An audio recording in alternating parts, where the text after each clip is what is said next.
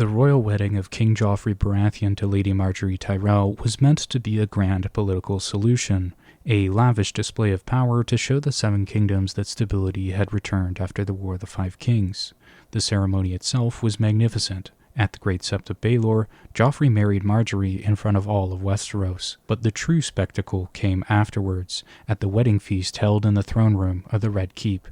There, beneath the shadow of the Iron Throne, the court gathered for what should have been a celebration of unity. 77 courses, singers and jugglers, a ceremonial pie releasing a flock of white doves, and entertainment carefully designed to display the crown's power and legitimacy. Instead, it became the stage for one of the most consequential murders in A Song of Ice and Fire. During the feast, Joffrey Baratheon took a drink from his oversized golden chalice and began to choke. Within moments, the young king was dead, transforming the Lannister projection of strength into a projection of weakness. Their hostage Sansa Stark vanished into the night, House Lannister turned against itself as Tyrion faced trial for regicide, and even though Tywin Lannister moved quickly to replace Joffrey with Tommen, the damage had already been done. For readers familiar only with the TV show, it's worth noting that the show simplified the conspiracy, portraying it as Olenna Tyrell working with Littlefinger, while the books present a more complex web of conspiracy. This essay examines the book version exclusively, where the details reveal something the show never explored. This essay is composed of 4 parts. In the first part, we'll be establishing the crime, including the poison used and how it was delivered. In the second part, we'll be discussing how it was Sir Garlan Tyrell who poisoned Joffrey. In the third part, we will analyze Littlefinger's plans in the scheme, and in the fourth part, we'll see how the plot connects to Varys. This essay will demonstrate that Joffrey's assassination was a coordinated plot between Peter Baelish and Varys, what I like to call the Baelys Conspiracy, and was physically executed by Sir Garlan Tyrell at the behest of his grandmother, and facilitated unknowingly by Tyrion and Sansa. The evidence suggests that framing Tyrion and Sansa for regicide was not an unfortunate side effect, but a deliberate component of the design, one piece of a larger plan. At the start of the War of the Five Kings, the Tyrells ally with Renly Baratheon, sealed by his marriage to Margaery Tyrell, a marriage never consummated due to Renly's sexuality.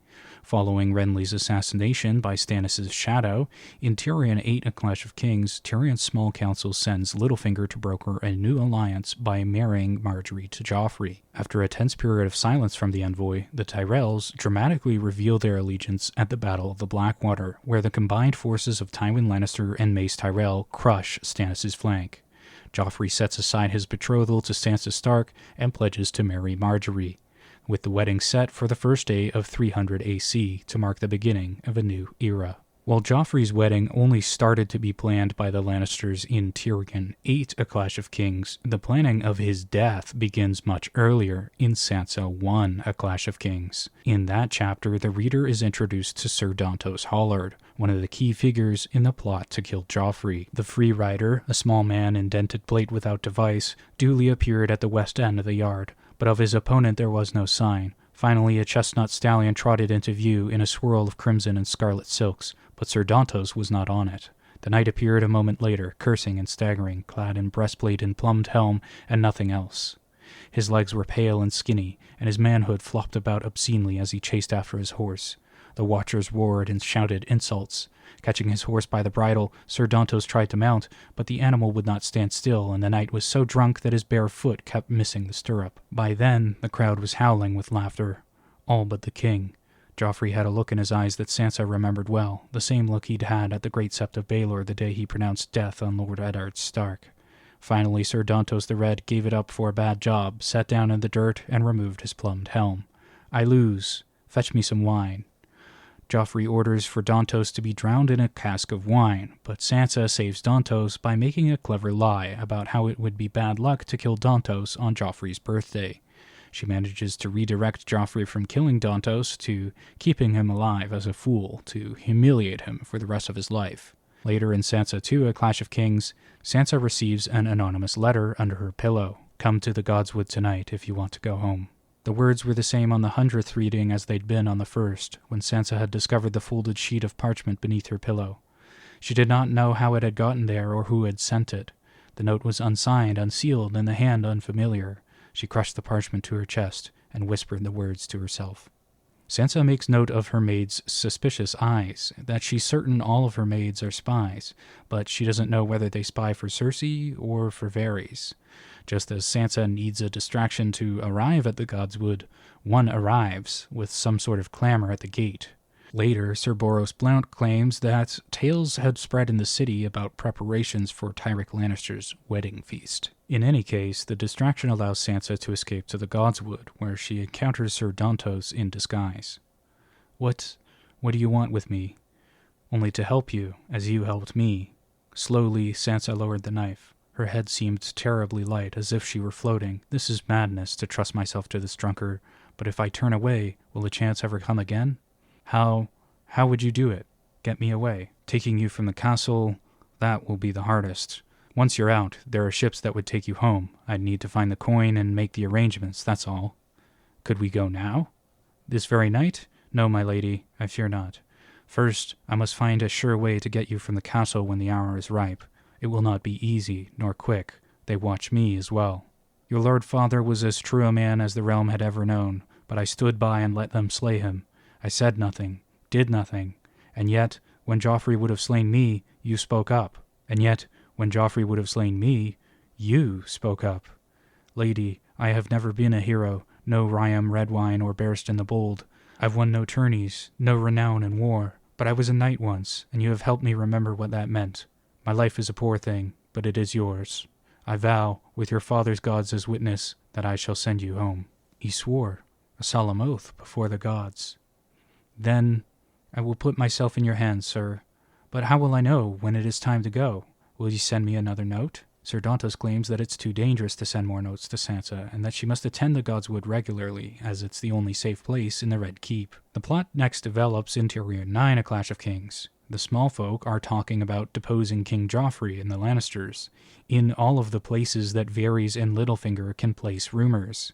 After the bread riots, while sitting with Varys, Bronn casually suggests to Tyrion that Tommen should be king. Ever think how easy life would be if the other one had been born first? The weepy one, Tommen, seems like he'd do whatever he was told, as a good king should. A chill crept down Tyrion's spine as he realized what the sellsword was hinting at. If Tommen was king, there was only one way Tommen would become king. No, he could not even think about it. Joffrey was his own blood, and Jaime's son as much as Cersei's. I could have your head off for saying that, he told Bronn. But the sellsword only laughed. Friends, said Varys, quarreling will not serve us. I beg you both, take heart. Whose? Asked Tyrion sourly. He could think of several tempting choices. In Sansa 8, A Clash of Kings, Dontos Hollard arranges to abscond with Sansa on the night of Joffrey's wedding, after the feast. In the same chapter, Dontos gives Sansa a fine-spun silver hairnet with small gems on it. He says that they're black amethysts from Ashai, invoking the same exotic locale that Illyrio Mopatis used with Daenerys Targaryen's dragon eggs. The gems are, in fact, the rare poison, the Strangler, which the reader was introduced to in the prologue of A Clash of Kings. In both cases, this provenance is used to discourage closer scrutiny as to the source of these tremendously expensive objects. The wedding arrives in Sansa 4, A Storm of Swords. Among Joffrey's parade of gifts, the Tyrells present a massive 3-foot-tall golden chalice with 7 gem-encrusted faces, each bearing the sigil of a great house. Lord Mace Tyrell came forward to present his gift. A golden chalice 3 feet tall, with 2 ornate curved handles and 7 faces glittering with gemstones. 7 faces for your grace's 7 kingdoms, the bride's father explained.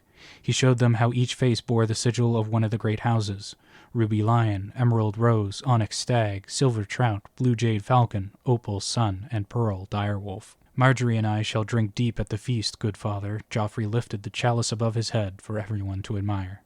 The damned thing's as tall as I am, Tyrion muttered in a low voice. Half a chalice and Joffrey will be falling down drunk. The chalice immediately draws attention for its impractical size. Soon, this chalice becomes the instrument of Joffrey's murder. Just before the fatal poisoning, Oberyn Martell offers a curious, seemingly offhand remark during a discussion about history. Oberyn discusses King Viserys Targaryen, who was handed the king for a number of Targaryens, including Baelor the Blessed, arguing that Viserys was a poor king. Oberyn laughed. Viserys hardly reigned a fortnight. He reigned for more than a year, said Tyrion. Oberyn gave a shrug. A year or a fortnight, what does it matter? He poisoned his own nephew to gain the throne and then did nothing once he had it. This comment is relevant to their conversation, but it eerily resembles the imminent accusation against Tyrion, that Tyrion, a former hand, poisoned his royal nephew, Joffrey, to rule through the younger Tommen.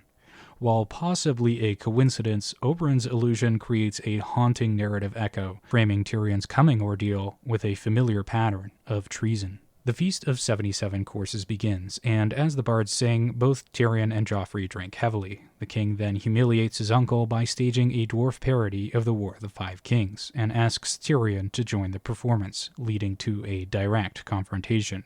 Tyrion turned in his seat. Joffrey was almost upon him, red-faced and staggering, wine slopping over the rim of the great golden wedding chalice he carried in both hands. "Your Grace," was all he had time to say before the king upended the chalice over his head.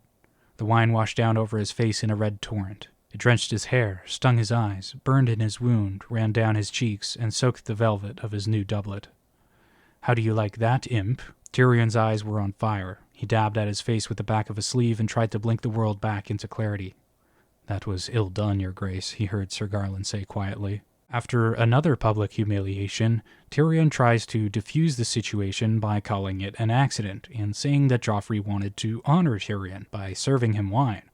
But Joffrey escalates, forcing him to serve as a cupbearer, which is a demeaning role for a former hand of the king. Tyrion tries to de-escalate again by interpreting it as an honor, but Joffrey screams that it was not meant to be an honor.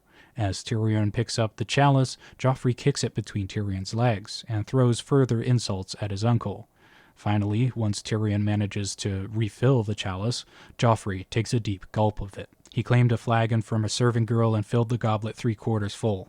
"No, on your knees, dwarf." Kneeling, Tyrion raised up the heavy cup, wondering if he was about to get a second bath. But Joffrey took the wedding chalice one-handed, drank deep, and set it on the table. "You can get up now, uncle." His legs cramped as he tried to rise, and almost spilled him again. Tyrion had to grab hold of a chair to steady himself. Sir Garlan lent him a hand. Joffrey laughed, and Cersei as well. Then others. He could not see who, but he heard them. "Your Grace," Lord Tywin's voice was impeccably correct.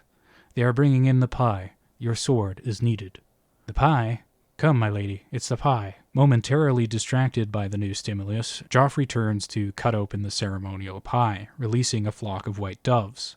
Seeing an opportunity, Tyrion tries to escape with Sansa, but Joffrey intercepts them.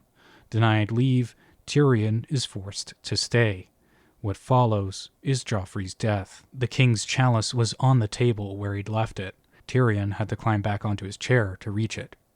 Joff yanked it from his hands and drank long and deep, his throat working as the wine ran purple down his chin. "My lord, we should return to our places. Lord Buckler wants to toast us." "My uncle hasn't eaten his pigeon pie." Holding the chalice one-handed, Joff rammed his other into Tyrion's pie. "It's ill luck not to eat the pie," he scolded as he filled his mouth with hot spiced pigeon. "See, it's good." Spitting out flakes of crust, he coughed and helped himself to another fistful.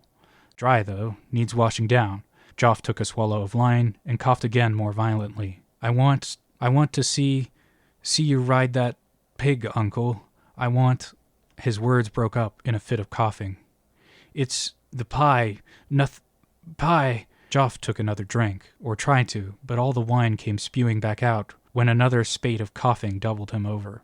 His face was turning red. I can't." The chalice slipped from his hand, and dark red wine went running across the dais. Joffrey began to claw at his throat, his nails tearing bloody gouges in the flesh. Beneath the skin the muscles stood out hard as stone. Prince Tommen was screaming and crying. The scene descends into chaos as Joffrey chokes, his face turning red, wine spewing from his mouth. People cry out that he's choking and call for help, but the knights are powerless to protect him as his throat seizes up. Joffrey claws at his neck, his eyes bulging with terror. He has Jaime's eyes. Only he had never seen Jaime look so scared. The boy's only 13. Joffrey made a dry clacking noise, trying to speak. His eyes bulged white with terror, and he lifted a hand, reaching for his uncle, or pointing. Is he begging for my forgiveness, or does he think I can save him? "No," Cersei wailed. "Father, help him. Someone help him. My son, my son." In his final moments, Joffrey raises his hand towards Tyrion. Seeing this gesture, Cersei demands the arrest of Tyrion, accusing him of regicide. Cersei's interpretation of Joffrey's act as a dying accusation is a logical reaction to any reasonable observer, not a random or malicious fabrication. Subsequent chapters confirm that this is how Cersei interpreted what happened. When Jaime visits Cersei in private, she says, quote, "He told me he was going to do it. Joff knew.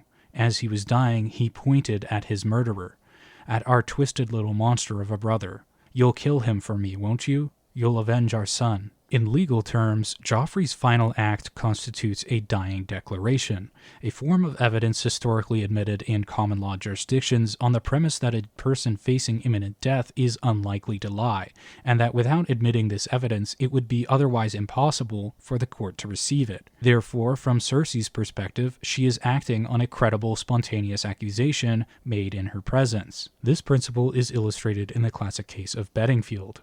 In that case, a mortally wounded woman, having fled a house with her throat cut, pointed back towards the building before she died. The court admitted this gesture as part of the res gestae, a spontaneous statement accompanying the crime, seeing it as a clear, unrehearsed accusation against the former convict wielding a bloody razor blade who was inside the house behind her. While the technical admissibility of such statements has evolved, the instinctive human interpretation remains constant. A victim's final act can point directly to the culprit. Some might argue that Joffrey could have had an ulterior motive to falsely implicate Tyrion. However, legal reasoning concerning dying declarations deliberately disregards such speculative doubts. As the Supreme Court of Canada noted in Baldtree, quote, "In the case of dying declarations, we do not indulge in speculation about potential fabrication. Instead, the law recognizes that a motive to lie in such circumstances is, at best, remote." By this standard, Cersei's conclusion is a reasonable inference, drawn from a universally recognized form of accusatory evidence. Some theorists assert that Cersei's accusation against Tyrion is evidence of prior conspiracy to kill him. However, this is a massive leap in logic, unsupported by the evidence from the moment itself. Her actions are not the calculated moves of a plotter, but the visceral, predictable response of a mother who has just received what any reasonable observer would deem a dying accusation from her son. Her subsequent pursuit of Tyrion is born from this genuine conviction, not from a secret guilty knowledge of the poison's true origins. To view her accusation as proof of a pre-existing setup is to misunderstand the power of a king's dying declaration, a power that makes Cersei's error understandable. While many exotic poisons exist in this setting, the evidence overwhelmingly points to the Strangler. Consensus among theorists is nearly universal on this point. Most information on the Strangler comes from the prologue of A Clash of Kings. Through Maester Cressen's failed attempt to assassinate Melisandre, we're given a meticulous account of the poison's details. The Strangler is a rare and complex poison that, as the name suggests, strangles its victim. Cressen no longer recalled the name the Ashai gave the leaf, or the Lysen poisoners the crystal. In the Citadel, it was simply called the Strangler. Dissolved in wine, it would make the muscles of a man's throat clench tighter than any fist, shutting off his windpipe. They said a victim's face turned purple as the little crystal seeds from which his death was grown, but so too did a man choking on a morsel of food. He touched one of the crystals lightly with the tip of his little finger. Such a small thing to hold the power of life and death. It was made from a certain plant that grew only on the islands of the Jade Sea, half a world away. The leaves had to be aged, and soaked in a wash of limes and sugar water and certain rare spices from the Summer Isles. Afterward, they could be discarded, but the potion must be thickened with ash and allowed to crystallize. The process was slow and difficult, the necessaries costly and hard to acquire. The alchemists of Lee knew the way of it, though, and the faceless men of Braavos, and the maesters of his order as well, though it was not something talked about beyond the walls of the Citadel. The maester found the crystals where he had left them, and scooped them off the parchment. Cressen owned no hollow rings, such as the poisoners of Lee were said to favor, but a myriad of pockets great and small were sewn inside the loose sleeves of his robe. The effects of the poison are immediately and horrifyingly demonstrated, but not against Melisandre.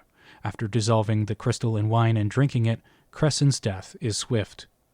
His hands were shaking, but he made himself be strong. A maester of the citadel must not be afraid. The wine was sour on his tongue. He let the empty cup drop from his fingers to shatter on the floor. "He does have power here, my lord," the woman said, "and fire cleanses." At her throat, the ruby shimmered redly. Cressen tried to reply, but his words caught in his throat. His cough became a terrible thin whistle as he strained to suck in air. Iron fingers tightened round his neck. As he sank to his knees, still he shook his head, denying her power, denying her magic, denying her god. And the cowbells pealed in his antlers, singing "Fool, fool, fool," while the red woman looked down on him in pity, the candle flames dancing in her red, red eyes. The chapter leaves no doubt. The Strangler acts with terrifying speed, its symptoms manifesting moments after consumption, culminating in death by asphyxiation. With this canonical understanding in place, a direct comparison to Joffrey's death confirms the identity of the poison. The king's symptoms are a perfect match. He begins choking immediately after consuming something, clutches at his throat, we hear the same terrible whistle breath, and he dies within seconds. This is further confirmed by the text in Tyrion's trial. Maesters Balabar and Franken opened the second day of trial. They had opened King Joffrey's noble corpse as well, they swore, and found no morsel of pigeon pie, nor any other food lodged in the royal throat. "It was poison that killed him, my lords," said Balabar, as Franken nodded gravely. Joffrey did not choke to death naturally. He was poisoned, and all of the evidence points to the Strangler as said poison. Having established the Strangler as the murder weapon, the critical question becomes its method of delivery. The text presents two apparent possibilities: the poison wine in Tyrion's chalice, or the pigeon pie Joffrey consumed. A closer examination of the poison's established properties, supported by the most reliable narrative evidence, proves conclusively that the wine was the vehicle. The competing pie theory relies on a misreading of the text and a selective use of witness statements that collapse under scrutiny. Any theory must first account for the poison's known behavior. We have definitive information from Maester Cressen's prologue chapter. Quote, "Dissolved in wine, it would make the muscles of a man's throat clench tighter than any fist, shutting off his windpipe. The Strangler must be dissolved in wine to activate. The idea that it could be baked into a pie, sprinkled on top, or otherwise ingested via solid food is an invention without textual support. It contradicts the fundamental mechanics of the poison as established by Gurm. The Strangler is ingested in wine. It's dissolved in liquid and ingested that way. Therefore, the pie can be dismissed as a viable delivery method. The narrative events align perfectly with the wine as the vehicle. The Strangler acts with extreme rapidity. As demonstrated by Cressen, its effects begin within seconds of consumption. Joffrey's death throes commence within seconds after he drinks from his newly refilled chalice, a sequence that matches the poison's established timetable. Quote, "The king's chalice was on the table where he'd left it. Tyrion had to climb back onto his chair to reach it. Joffrey yanked it from his hands and drank long and deep, his throat working as the wine ran purple down to his chin. My lord, we should return to our places. Lord Buckler wants to toast us. My uncle hasn't eaten his pigeon pie. It's ill luck not to eat the pie. See, it's good." Spitting out flakes of crust, he coughed and helped himself to another fistful. Dry, though, needs washing down. Joff took a swallow of wine and coughed again. The sequence is clear. A long, deep drink from the chalice, followed within seconds by the onset of asphyxiation. This perfectly matches the poison's established timetable. Any minor discrepancy in speed compared to Cressen's death is easily explained. Cressen is an elderly, frail man, while Joffrey is a robust teenager in his physical prime, likely more resistant to the poison in the first place. Furthermore, the concentration was different. A single crystal was dissolved in the 3-foot-tall wedding chalice, which contained an entire flagon of wine, versus a single cup in Crescent's case. This would create a more diluted solution than in one standard cup, potentially delaying the effects by a few moments. Importantly, Joffrey eats the pie between these two key wine drinking events. He consumes the pie, declares it dry, then uses wine to wash it down. The fatal trigger is not the pie itself, but the wine that precedes and follows it. The reactions of the people most directly involved corroborates this sequence. In his final moments, Joffrey points an accusatory finger at his uncle. The gesture targets Tyrion, his cupbearer, the man who procured the wine that caused him to choke. The most attentive witness, Cersei, instantly rejects the theory of choking. She identifies it as poison and explicitly blames Tyrion, whose interaction was with the Chalice. The theory that Joffrey was poisoned by the pie persists due to a surface-level reading of witness statements. However, each of these statements is either unreliable or divorced from its context. Lady Allery Hightower tells Margaery that Joffrey choked on the pie. This is the panicked assumption of a mother trying to comfort her bride. Its value as evidence is immediately negated by Cersei's contradictory and more informed insistence that Tyrion poisoned him. During his trial, Tyrion declares, quote, "He choked on his pigeon pie," end quote. This is not evidence of fact. It is a defense strategy. Tyrion's entire goal is to distance himself from the murder. By attributing the death to an accident with the pie, an item he had no hand in serving directly at that moment, he attempts to evade his guilt. His statement is a tactical lie, not proof that the pie did it. What are we expecting Tyrion to say? That the poison was in the cup of wine that everyone witnessed him hand to Joffrey? Pointing to Joffrey's gasp, quote, "It's the pie," Nuth ignores context and tone. Joffrey is proud.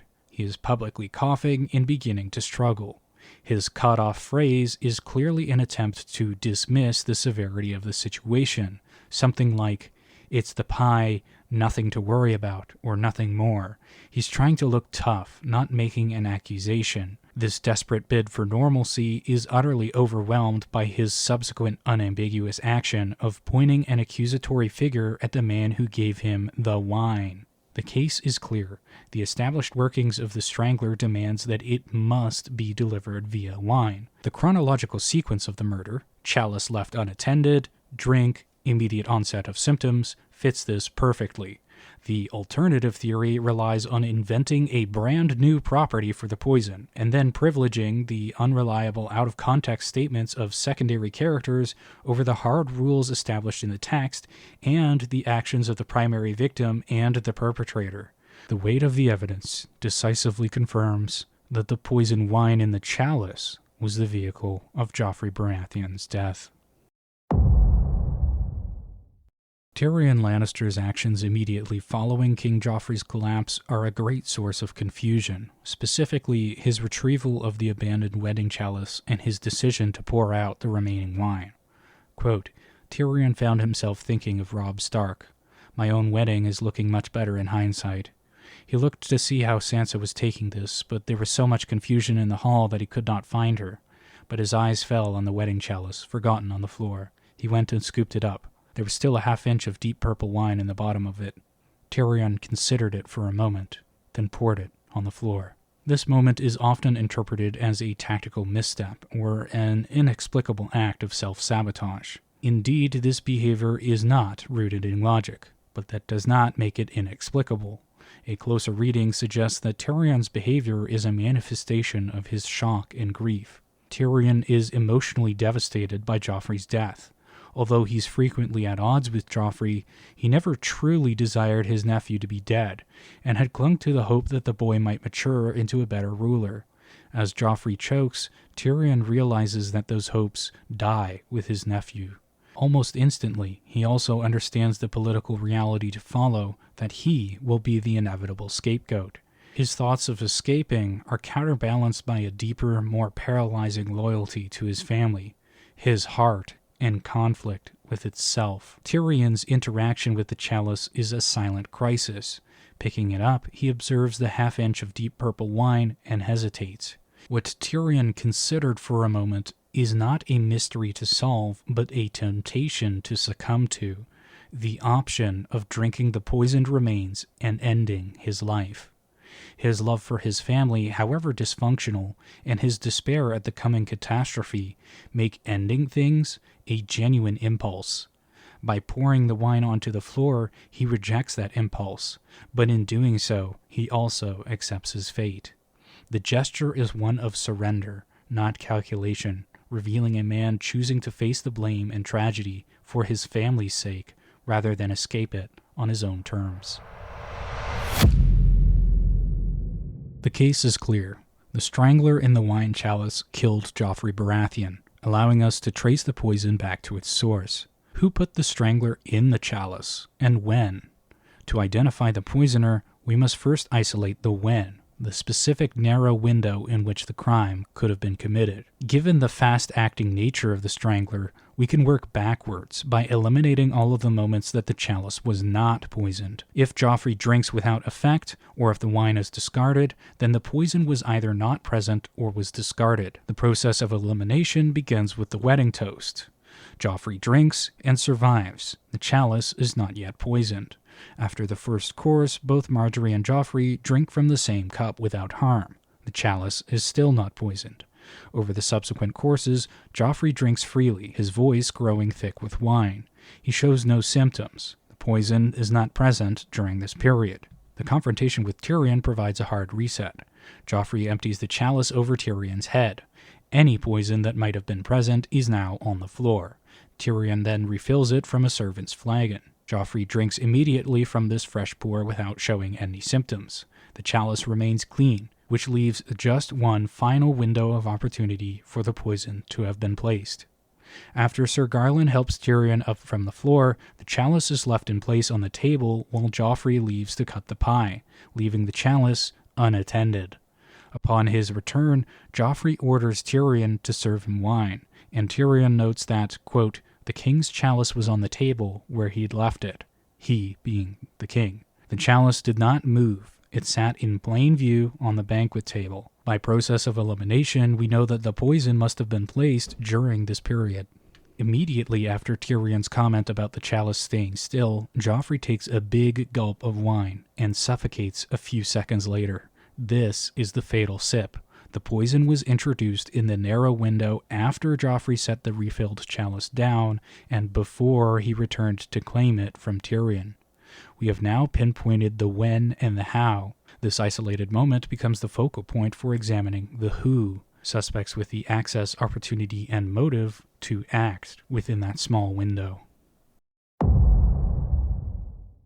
Some sharp-eyed viewers might already suspect the culprit, but a formal process of elimination is required, examining suspects based on access, opportunity, and motive. The poisoner needed the opportunity to approach Joffrey's chalice without drawing undue attention, a plausible opportunity during the window when the chalice sat unattended, and a compelling reason to want the king dead.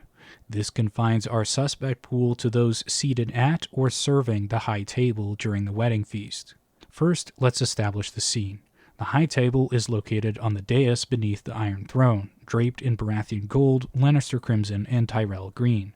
By convention, Joffrey and his bride, Margaery Tyrell, would sit at the center. Margaery, as bride, would occupy the place of honor at Joffrey's right-hand side. The immediate families of both bride and groom are present.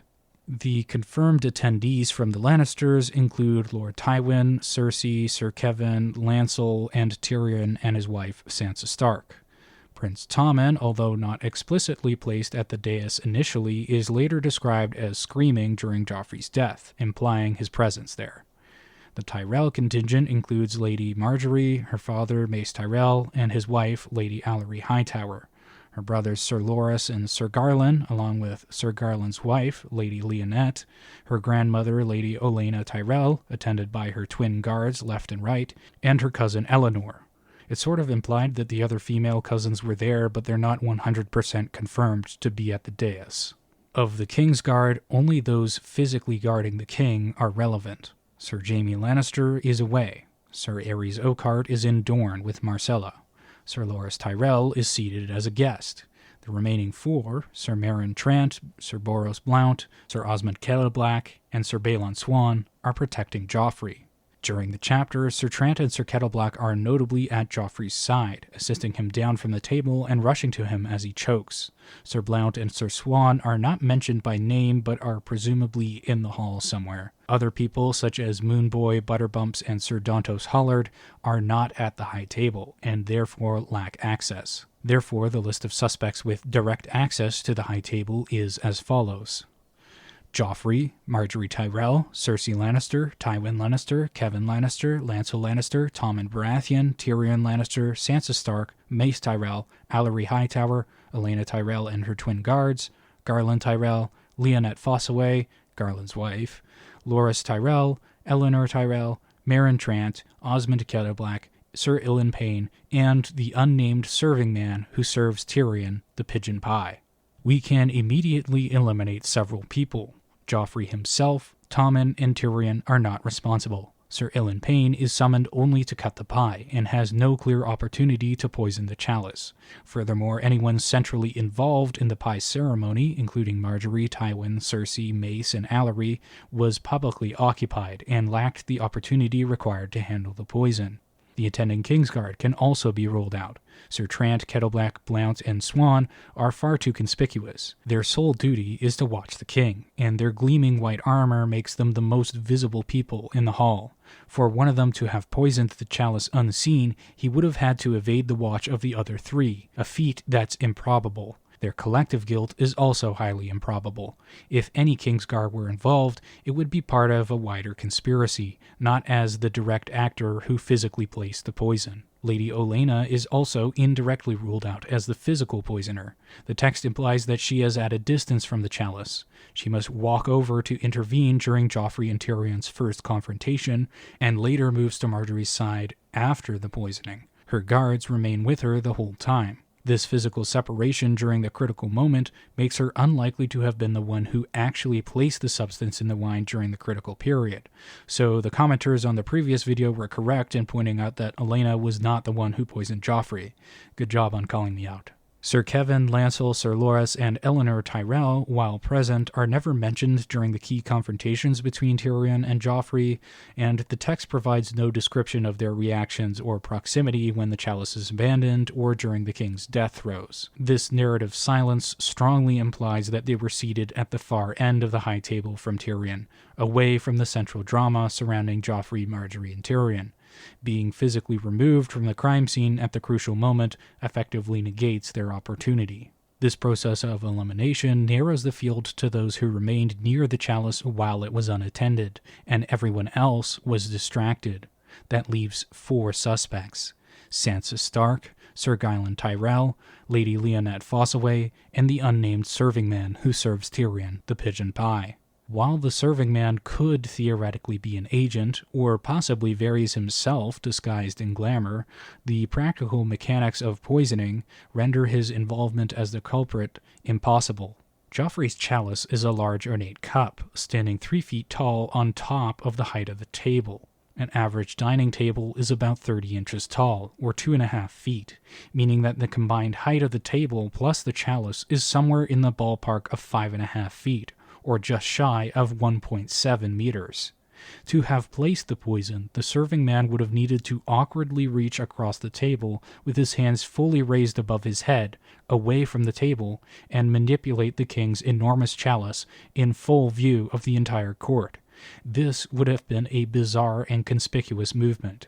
Tyrion makes no note of such a weird movement from the servant, and he leaves the scene after delivering the pie, closing the window for interference. Therefore, the physical act of the poisoning must have been committed by Sansa Stark, Sir Garlan Tyrell, or Lady Lyanette Fossaway. Sansa is a POV character. We have direct access to her internal thoughts immediately after Joffrey's death. Her mental state is one of distress, focused on the public humiliation of her house, specifically her distress over Joffrey's use of her father's Valyrian steel sword to cut the pie. At no point does she recall, contemplate, or betray any knowledge of handling the poison or interfering with the chalice. While it is theoretically possible for a POV character to have a memory gap or repress an action, as this has happened to Sansa before, it would be a significant narrative cheat for such a pivotal active act of murder to occur without any internal trace from Sansa's POV, nor any external trace from Tyrion's POV. There is simply no textual evidence that Sansa put the poison in the chalice. Therefore, we eliminate Sansa as the perpetrator given a lack of evidence. With Sansa eliminated, the remaining suspects are Sir Garlan Tyrell or his wife, Lady Lyanette Fossaway. Either implicates House Tyrell, but the specific seating arrangement may offer insight into who had the best opportunity between the two. Applying medieval convention and textual clues allows us to reconstruct the likely order. A man's wife typically sits at his right hand. Therefore, Sansa, as Tyrion's wife, would be on his right, at the very end of the table. This places the Tyrell couple to Tyrion's left. For conversation to flow naturally without shouting across Sansa, the logical order from left to right would be Sir Garlan, Lady Lyanette, Tyrion, and then Sansa. The text confirms that this is the configuration. Early in the feast, we are told, quote, Lady Lyanette laughed lightly beside him, and Sir Garlan leaned over to say, "A valiant deed unsung is no less valiant." Lady Lyanette is beside Tyrion, while Garlan must lean over, presumably past his wife, to address him.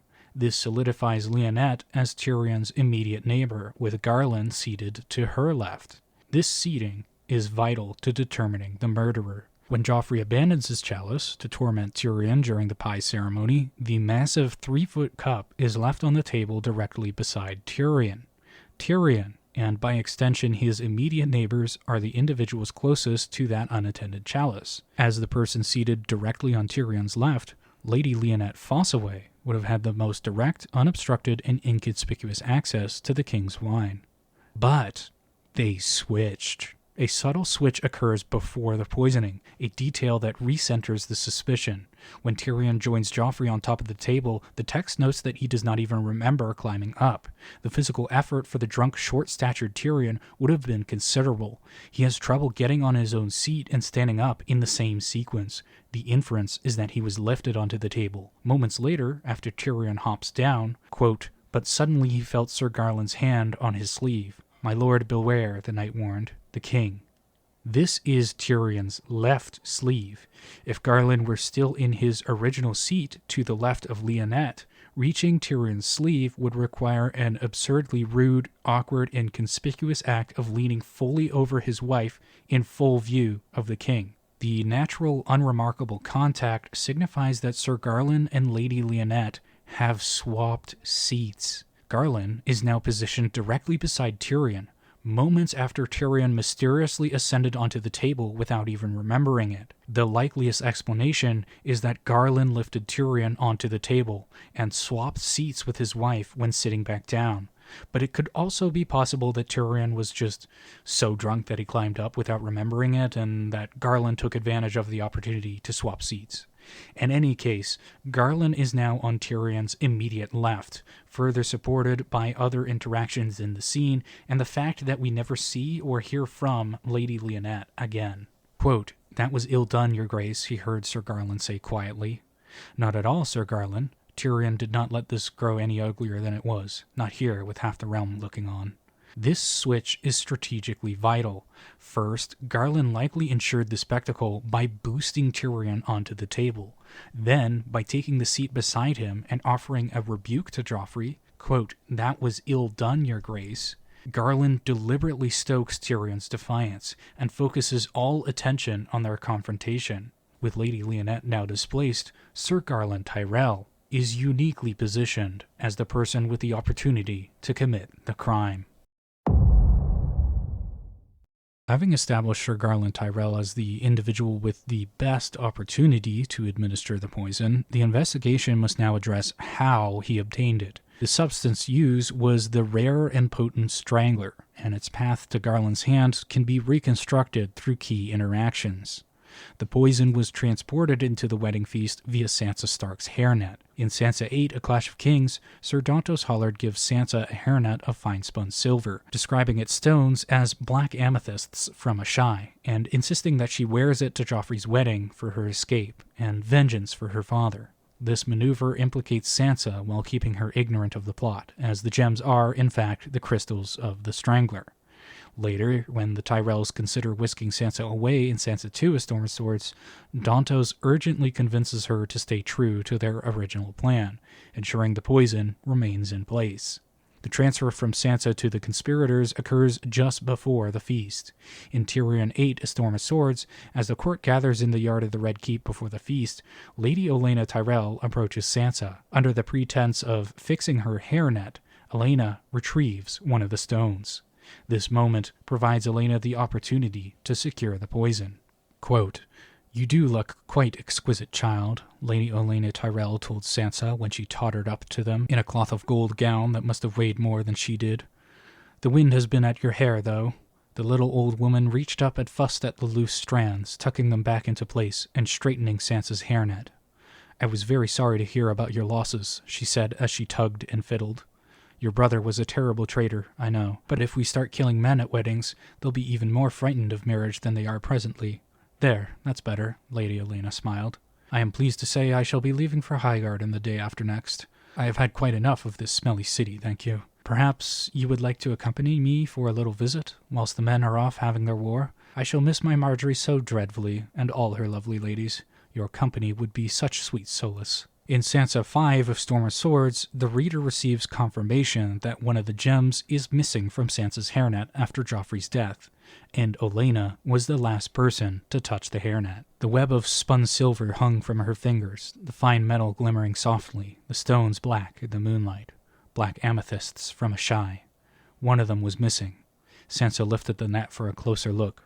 There was a dark smudge in the silver socket where the stone had fallen out. A sudden terror filled her. Her heart hammered against her ribs, and for an instant she held her breath. "Why am I so scared? It's only an amethyst, a black amethyst from a shy, no more than that. It must have been loose in the setting, that's all. It was loose, and it fell out, and now it's lying somewhere in the throne room or in the yard. Unless—" Sir Dontos said the hairnet was magic, that it would take her home. He told her she must wear it tonight at Joffrey's wedding feast. The silver wire stretched tight across her knuckles. Her thumb rubbed back and forth against the hole where the stone had been. She tried to stop, but her fingers were not her own. Her thumb was drawn to the hole, as the tongue is drawn to a missing tooth. In the hours between the encounter in the yard and the fatal slip, Olenna, who is noted to be moving about, had ample time and plausible opportunity to pass the crystal to her grandson, Sir Garlan Tyrell. This final handoff completes the chain of possession, from the conspirator who supplied Dontos, to Sansa as the unwitting carrier, to Olenna as the retriever, and finally to Garlan as the executor. Therefore, when Joffrey drank to death, Garlan possessed the means to poison the king's wine. While we have established that Garlan and Olenna were involved in Joffrey's death, this appears at first glance to contradict Littlefinger's statements in Sansa 5 A Storm of Swords regarding his involvement in the plot. After Joffrey's death, Sansa escapes to the Godswood as planned, meeting Sir Dontos Hollard. Sir Dontos leads her through tunnels to a boat on the Blackwater called the Merlin King. Once on board, Littlefinger reveals the full scope of the conspiracy, claiming he orchestrated Joffrey's death. He reveals that Dontos acted on his orders and kills him to ensure permanent silence. Quote, "He sold you for a promise of 10,000 dragons. Your disappearance will make them suspect you in Joffrey's death. The gold cloaks will hunt, and the eunuch will jingle his purse. Dontos, well, you heard him. He sold you for gold, and when he'd drunk it up, he would have sold you again. A bag of dragons buys a man's silence for a while, but a well-placed quarrel buys it forever." He smiled sadly. "All he did at my behest. I dared not befriend you openly. When I heard how you saved his life at Joff's tourney, I knew he would be the perfect catspaw." However, this raises questions. Dontos Hollard did not place the poison, and he definitively did not have the opportunity to do so. Sir Garlan did, using the poison that Olenna retrieved from Sansa's hairnet. The Tyrells were essential to the plot. Since Littlefinger's statements do not match what we as readers know happened at the feast, Littlefinger is at least partially lying by omitting their involvement and failing to explain why he kills Dontos and not the other participants. Furthermore, there are many pieces of evidence pointing to Littlefinger having planned Ser Dontos' death ahead of time, including but not limited to the agreement to pay Dontos 10,000 gold dragons. Peter Baelish put a hand on the rail. But first you'll want your payment. 10,000 dragons, was it? 10,000. As you promised, my lord. Dontos specifies that Baelish himself promised the payment, providing textual confirmation that Dontos was on Baelish's payroll. 10,000 dragons is an extraordinary sum, enough to never work again, perhaps for several generations. By comparison, Ned Stark pays 6,000 gold dragons for the services of the entire 2,000-strong City Watch in Eddard 13, A Game of Thrones. 6,000 dragons is enough to buy a coup. Dontos' promised payment nearly doubles that figure. It's remarkable that Dontos believed he would actually receive such a sum. Could Dontos have been paid via an IOU or a check, like Sandor Clegane's tourney prize? No. It would have needed to be cashed with the treasury, meaning that Dontos wouldn't be paid immediately, and he would have no future opportunity either, since withdrawing 10,000 dragons from the royal treasury with no official record or explanation would be highly conspicuous. He cannot be paid by check. Could Littlefinger have paid Dontos in gemstones? Also no. Too conspicuous, and the text strongly suggests that it was meant to be gold specifically. In Baelish's explanation, he refers to 10,000 dragons, and says Dontos sold her for gold, and says he was going to use a bag of dragons to buy Dontos' silence. Littlefinger explicitly references a bag of dragons, providing circumstantial evidence that the deal was for a literal bag of coins. But that bag would weigh almost a ton. Assuming a gold dragon weighs the same as an American gold eagle coin, since George Martin is an American author, each dragon would weigh 1 troy ounce, or 0.069 pounds. 10,000 gold coins would weigh 685.71 pounds, or 331 kilograms. Whether paid in coins or bars doesn't matter, because they both have the same weight and value. Consider the logistics. How would Littlefinger throw a bag overboard that weighs almost 700 pounds? Wouldn't it smash through his boat's floorboards on the way down? And what happens when he gets back to King's Landing? Does he claim that he just found some change lying around? The physical impossibility of payment underscores its fraudulent nature. The behavior of Baelish's men on the boat further demonstrates that Dontos' death was premeditated. When Baelish sends the signal to Sir Luthor, the execution is immediate. Quote, "Sir Luthor, the reward." Luthor Brune dipped his torch. 3 men stepped to the gunwale, raised crossbows, fired. One bolt took Dontos in the chest as he looked up, punching through the left crown on his surcoat. The others ripped into his throat and belly. It happened so quickly neither Dontos nor Sansa had time to cry out. When it was done, Luthor Brune tossed the torch down on top of the corpse. The little boat was blazing fiercely as the galley moved away. This demonstrates that Dontos' death was pre-planned, because without prior instruction, Baelish's statement to give Dontos his reward is too vague. The only plausible explanation is that Luthor received instructions beforehand. Furthermore, Luthor signals 3 unnamed men who are armed with pre-loaded crossbows. Readying a crossbow to fire involves winding the winch. There is no textual evidence that these men wound their crossbows. They simply raise them at the signal and fire immediately without delay. This indicates that the crossbows were preloaded, meaning that they knew the weapons would be used. This is further evidence that Dontos' death was always part of the plan. Finally, Littlefinger has Dontos' dinghy burned as they leave, destroying evidence of the link between them and covering the conspiracy's tracks. The evidence leads to a clear conclusion. Littlefinger never intended to pay Sir Dontos Hollard for his services, which means that killing him afterwards was always part of the plan. If Dontos' death was predetermined, then one of the reasons that Littlefinger used him is because he's expendable, someone who could be eliminated afterwards. Dontos was selected because he's either foolish enough to believe he would actually be paid 10,000 dragons, or desperate enough to believe it, despite the implausibility. The evidence suggests that Sansa being under suspicion for Joffrey's death was not an unfortunate side effect of Joffrey's assassination, but a deliberate component of Littlefinger's design. If we accept Littlefinger's claim that he masterminded the plot and that Dontos acted under his orders, then the sequence of events becomes revealing. Littlefinger ordered Dontos to place the poison in Sansa's hairnet. She was positioned next to the presumed assassin on Littlefinger's orders, and she was spirited away immediately after the murder on Littlefinger's orders. Each element serves to cast suspicion on Sansa. Littlefinger's plan, in other words, was to make Sansa look guilty.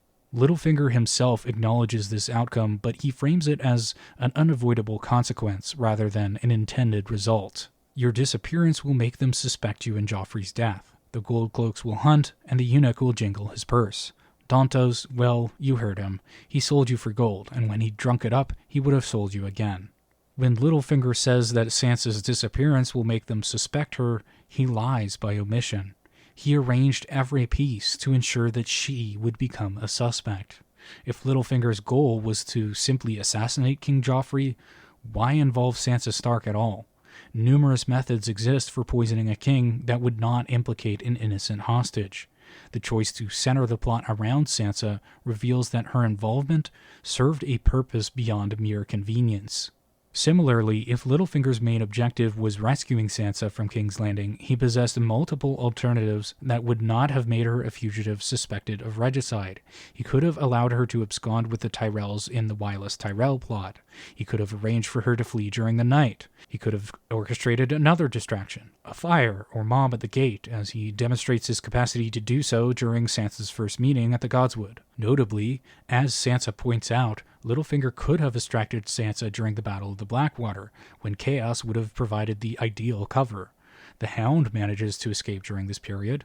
Littlefinger had ample time to prepare such an distraction. The battle occurs in Chapter 59 of A Clash of Kings, while the plot was conceived in Sansa 2 A Clash of Kings at the latest, which is Chapter 18, leaving 41 chapters for an alternative rescue to be arranged. Moreover, Littlefinger knew or strongly suspected that the battle would occur. The entire city anticipated it, was waiting for the battle with bated breath. The absence of any rescue attempt during this opportunity suggests that timing the escape to coincide with Joffrey's death served a specific purpose.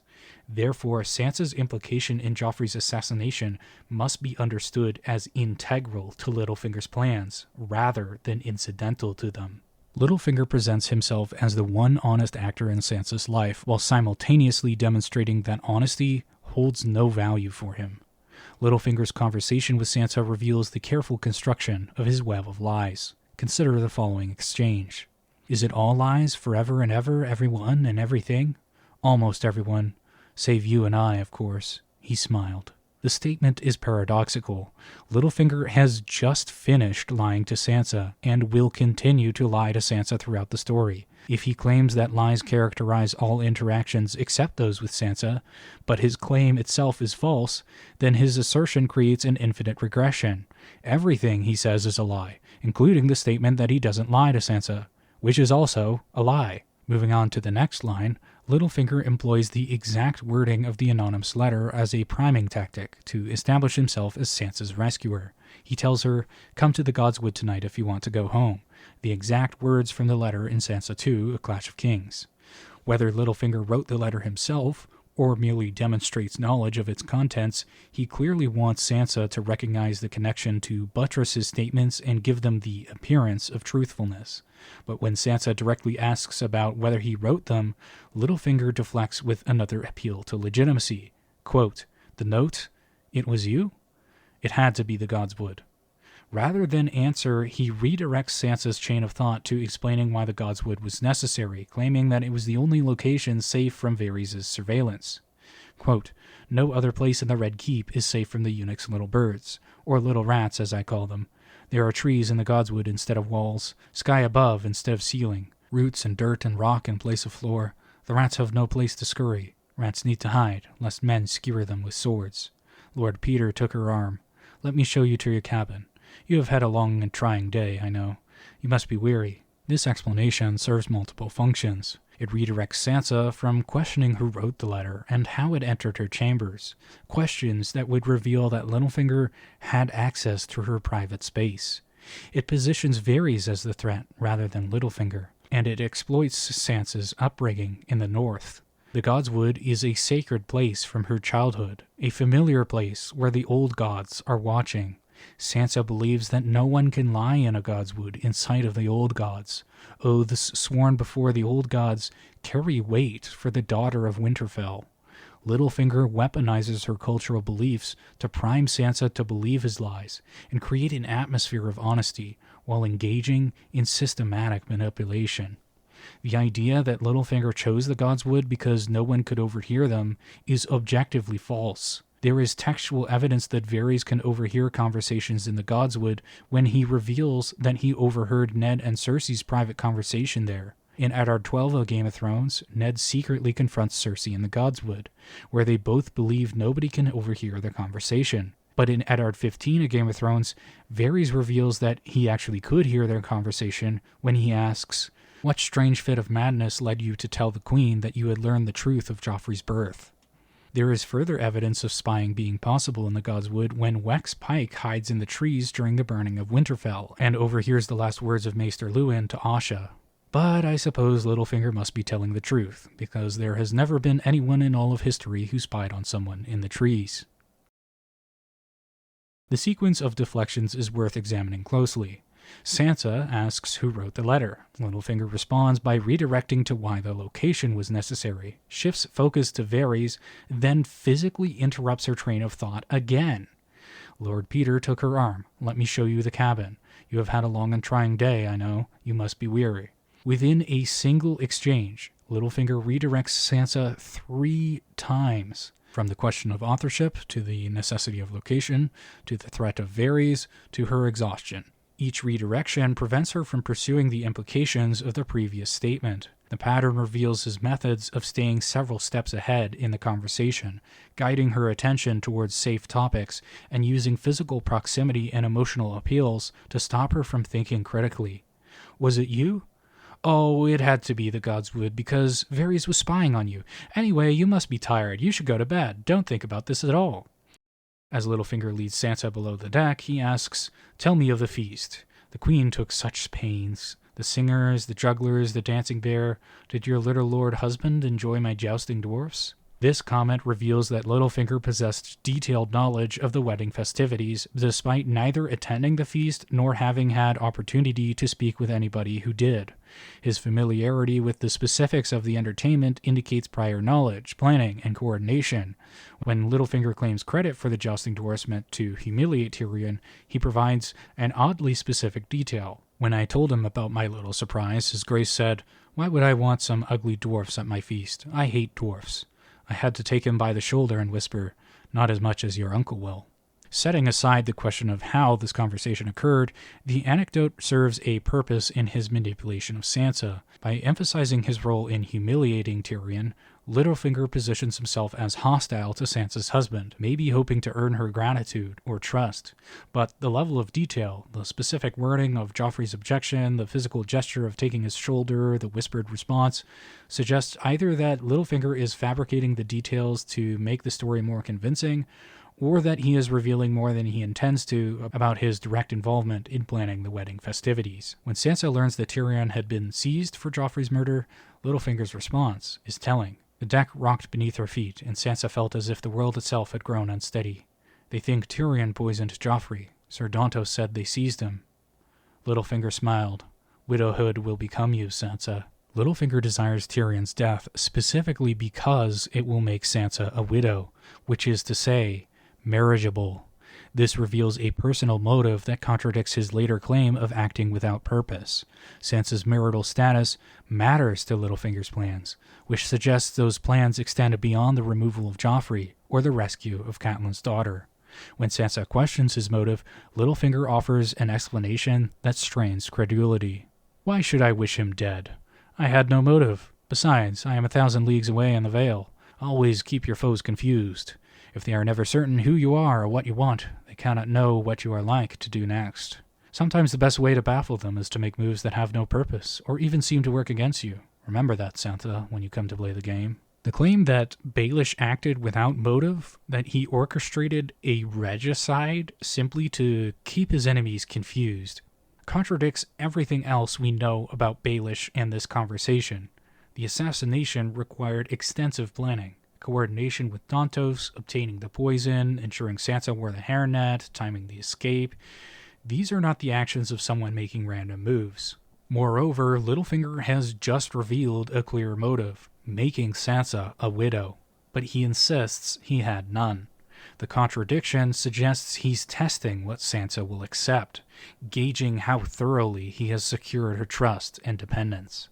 Littlefinger concludes his explanation with an appeal to emotion, invoking his connection to Catelyn. How could I turn my back upon her daughter? In a better world you might have been mine, not Eddard Stark's. My loyal, loving daughter. Put Joffrey from your mind, sweetling. Dontos, Tyrion, all of them. They will never trouble you again. You're safe now, that's all that matters. You're safe with me, and sailing home. Nearly every single element of this statement is demonstrably false. Sansa is not safe with Littlefinger. She will face attempted assault by Marillion, murderous jealousy from Lysa, suspicion from the Lord's Declarant, and danger during the descent from the Eyrie. The reassurance rings hollow against subsequent events. Furthermore, Littlefinger actively misleads Sansa about their destination. When he says that they're sailing home, he implies that they're bound for Winterfell, the only place Sansa would consider home. In reality, he knows that they're sailing to the Vale, to Littlefinger's seat, though hardly his home given his decade-long absence from it. The ambiguity is deliberate, allowing Sansa to hear what she desperately wants to hear, while Littlefinger technically speaks of a different destination. Even the cabin provisions reveal calculated deception. Quote, the cabin was low and cramped, but a feather bed had been laid upon the narrow sleeping shelf to make it more comfortable, and thick furs piled atop it. It will be snug, I know, but you shouldn't be too uncomfortable. Littlefinger pointed out a cedar chest under the porthole. You'll find fresh garb within. Dresses, small clothes, warm stockings, a cloak. Wool and linen only, I fear. Unworthy of a maid so beautiful, but they'll serve to keep you dry and clean until we can find you something finer. Littlefinger suggests that the simple clothing is a temporary expedient, that finer garments will follow once circumstances allow. This is a lie. He already knows that Sansa will be disguised as Elaine Stone, a bastard daughter whose entire false identity depends on not possessing fine clothing or jewelry. The plain garments are not a stopgap measure, but the beginning of her new life. Furthermore, Littlefinger has been planning this entire thing for months. The idea that he needed to grab the clothing very quickly as a stopgap measure is an utter lie. He could have grabbed finer clothes ahead of time. By framing these poor clothes as temporary, Littlefinger manages Sansa's expectations and prevents her from questioning why her supposed rescuer provides such modest provisions. He maintains the fiction that she remains a highborn lady in hiding, rather than confronting her with the reality that her nobility must be erased entirely. The pattern across all of these interactions reveals Littlefinger's systematic dishonesty. He lies about his motives, his methods, his destination, and his intentions. He manipulates Sansa's grief, her desperation, her northern faith, and her desire to trust someone. And most importantly, he structures the entire assassination plot to ensure Sansa appears guilty, not as an unfortunate side effect, but as a deliberate strategy to make her completely dependent on him. A girl suspected of regicide cannot return to her family or seek help from the other lords. She can only rely on the man who orchestrated her escape. Sansa's guilt was not collateral damage. It was, from the beginning, part of the plan. Littlefinger's motivations in the scheme to kill Joffrey and his behavior on the boat are explained by his obsession with Sansa Stark. Baelish is grooming Sansa to serve as a replacement for her mother, Catelyn Tully, and his actions systematically reshape Sansa's reality to position himself as the ultimate protector and aspirational husband, and to make her completely dependent on him. This grooming process, however, is complex and layered, often disguised as his concurrent political scheming. An examination of his behavior juxtaposed with his arranged marriage plot for Elaine Stone reveals a consistent long-term goal, to secure Sansa for himself, physically, emotionally, and politically. Littlefinger's interest in Sansa begins early. As Cersei Lannister confirms in Cersei 2: A Dance with Dragons, it was Littlefinger and Varys who negotiated the terms of Ned Stark's confession, specifically to spare Sansa's life, thereby positioning himself from the outset as her savior, and demonstrating an interest in keeping her alive strong enough to risk his life in the aftermath of the coup. His motivation for risking his neck to keep Sansa alive is also made clear in the same chapter. Quote, Peter Baelish had offered to wed the girl himself, but of course that was impossible. He was much too low-born. After orchestrating her escape from King's Landing in A Storm of Swords, he isolates Sansa in the Eyrie, a remote fortress cut off from the rest of the world. Here, Littlefinger rebuilds her identity into his bastard daughter, Elaine Stone. This new identity makes her utterly dependent on him. She has no name, no allies, no reputation, no wealth, no jewels or fine clothing to sell, thanks to Baelish ensuring she has none on the boat, and no choice but to trust his guidance and do what Baelish says. He becomes her sole source for nearly everything, a classic tactic of groomers to create dependency. Having forced Sansa into total dependency and physically isolated her from the rest of the world, he tests her physical boundaries by forcing himself upon her. Quote, I told you that nothing could please me more than to help you with your castle. I fear that was a lie as well. Something else would please me more.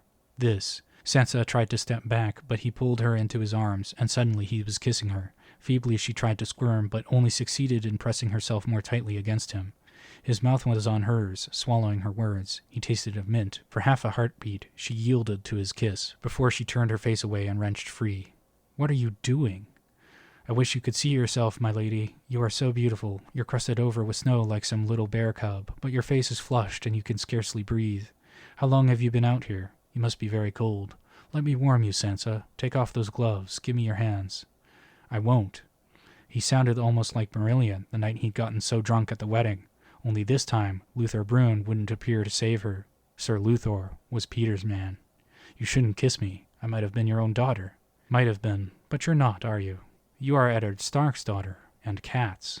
But I think you might be even more beautiful than your mother was when she was your age. After forcing a kiss on her, he couches his advance in a predatory compliment, revealing that he desires Sansa because of her resemblance to Catelyn.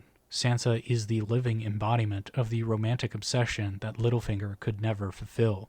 Littlefinger's mentorship of teaching Sansa the Game of Thrones is aimed at creating a perverse intimacy, making her complicit in his schemes and binding her to him through shared knowledge. He's making a partner who's both pawn and protege, molded to appreciate his cleverness and, he hopes, to reciprocate his twisted affection.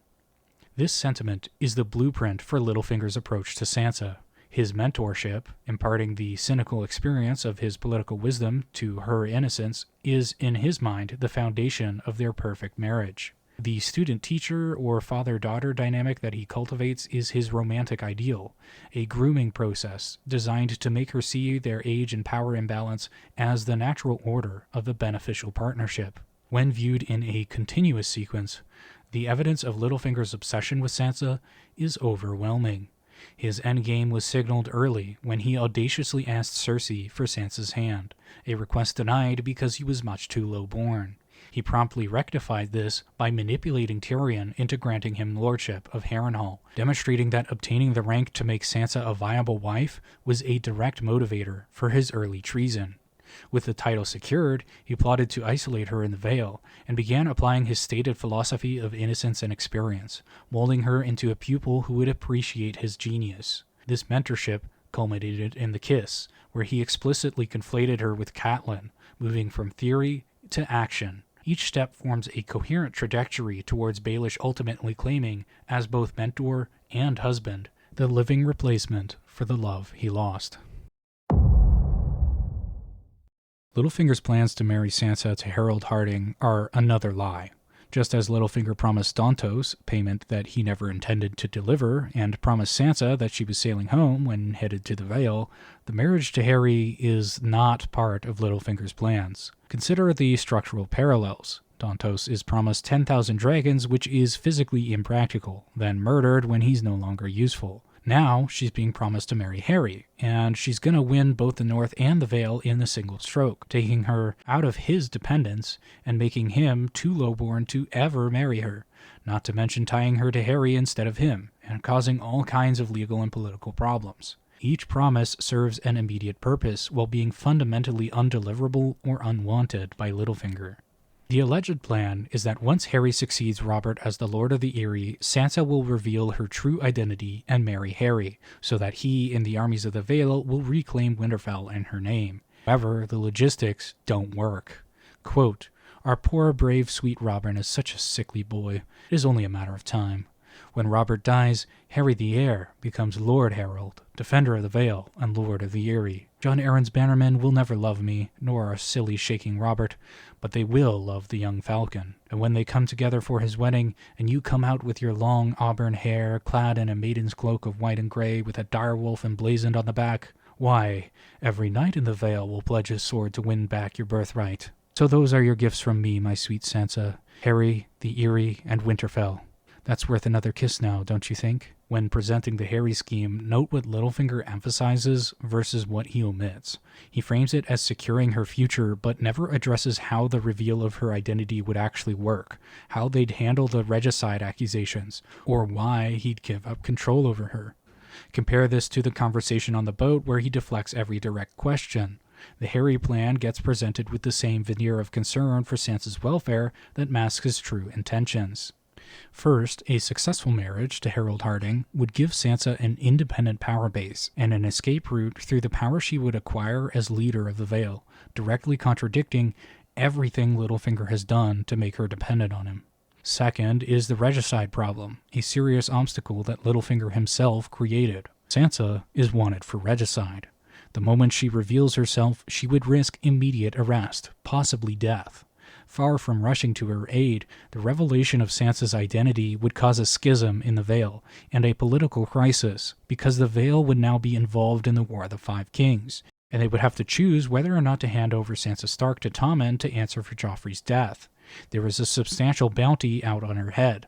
By engineering things so that Sansa was implicated in Joffrey's death, and by making her escape look so suspicious, Littlefinger has ensured that Sansa cannot claim her birthright or her identity without exposing herself to danger, further trapping her in his pit of dependency. Third is the nullification problem. Harry is betrothed to Elaine Stone, not Sansa Stark. If he discovers that she's actually Sansa Stark at the wedding altar, the marriage could be annulled on grounds of fraud. Harry might not want to wade into the political crisis that marrying Sansa Stark would cause. Revealing Sansa's identity at the wedding would be tantamount to a political ambush and a threat, not a gift. It would not go over well like Littlefinger suggests it would. Fourth is the identity problem. Who's actually going to verify Sansa's identity? Littlefinger? The Lords of the Vale are not going to believe Sansa's identity on Littlefinger's word just because she wears a few cloaks. Also, this suggests that Littlefinger has a bunch of Stark cloaks and banners in a cellar somewhere, but is barring Sansa's access to them. It means that Littlefinger could reveal Sansa's identity at any moment, and is choosing not to, against her interests. Fifth is the problem of Sweet Robin's death. Littlefinger is clearly poisoning Sweet Robin with Sweet Sleep. The Maester warns multiple times about the dangers, but Littlefinger keeps administering it. If Sweet Robin dies before Harry marries Elaine, then Harry inherits immediately and has no reason to marry a bastard girl of no political value. Remember that according to the plan, he doesn't know that Elaine is Sansa Stark until the moment that they're married. Furthermore, Harry the heir and his protector Lady Waynwood act very strange to Sansa considering that she's supposed to be contracted to marry Harry. Their behavior is very odd in the Winds of Winter. Quote, "Lady Miranda, Lady Elaine." Anya Waynwood inclined her head to each of them in turn.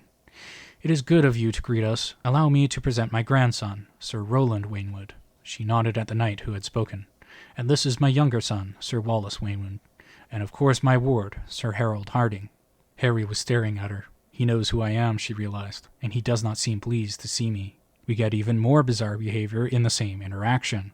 Both Sir Roland and Sir Wallace seem to openly flirt with Sansa in front of Lady Waynwood and stare at her chest in front of Sir Harold, which is just bizarre behavior if she's set to marry Harry already. Quote, "You're in the Falcon Tower, Sir Harold," Elaine put in, far away from Sweet Robin. That was intentional, she knew. Peter Baelish did not leave such things to chance. "If it please you, I will show you to your chambers myself." This time her eyes met Harry's. She smiled just for him and said a silent prayer to the maiden. "Please, he doesn't need to love me. Just make him like me, just a little. That would be enough for now." Sir Harold looked down at her coldly. Why should it please me to be escorted anywhere by Littlefinger's bastard? All three Waynwoods looked at him, askance. You are a guest here, Harry. See that you remember that. Harold addresses Sansa insultingly and with disgust, using derogatory language towards her and calling her Littlefinger's bastard instead of her name. He does this in front of many highborn witnesses. This is unexplainable if Harold is set to marry Sansa, if she is an option for marriage being considered. This gives every suggestion that the marriage contract is another lie, and that Littlefinger is using her as a tool to entice Harry for a different purpose. 6 is the problem of ideological coherence. Littlefinger explicitly states that innocence and experience make for an ideal marriage. Harry the heir is young, impetuous, foolish, and vain. He does not embody the experience to Sansa's innocence. Littlefinger does.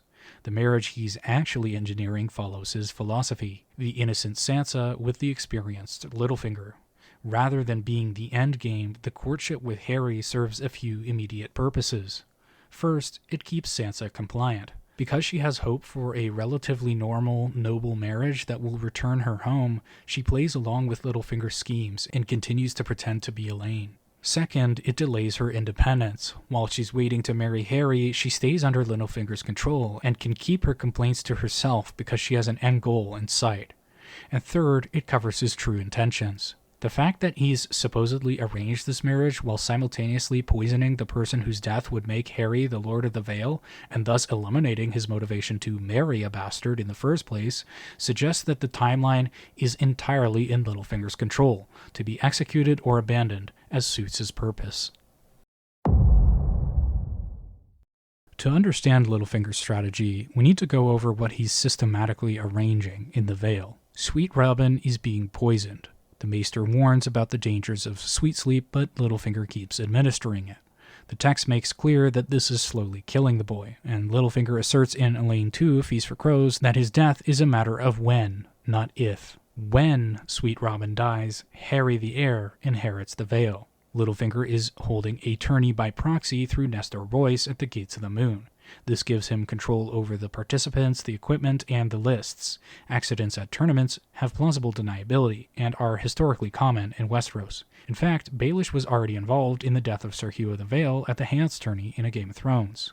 Harry is young and reckless. The text repeatedly emphasizes Harry's recklessness in both his personal life and in tourneys. In Elaine 1, The Winds of Winter, it is revealed that Harry will be participating in the grand tourney of the Winged Knights of the Vale. There is much foreshadowing of his death in the text. Sansa says, quote, "And may your horse stumble, Harry the heir, so you fall on your stupid head in the first tilt." And Sir Luthor Brune says, "Harry the heir?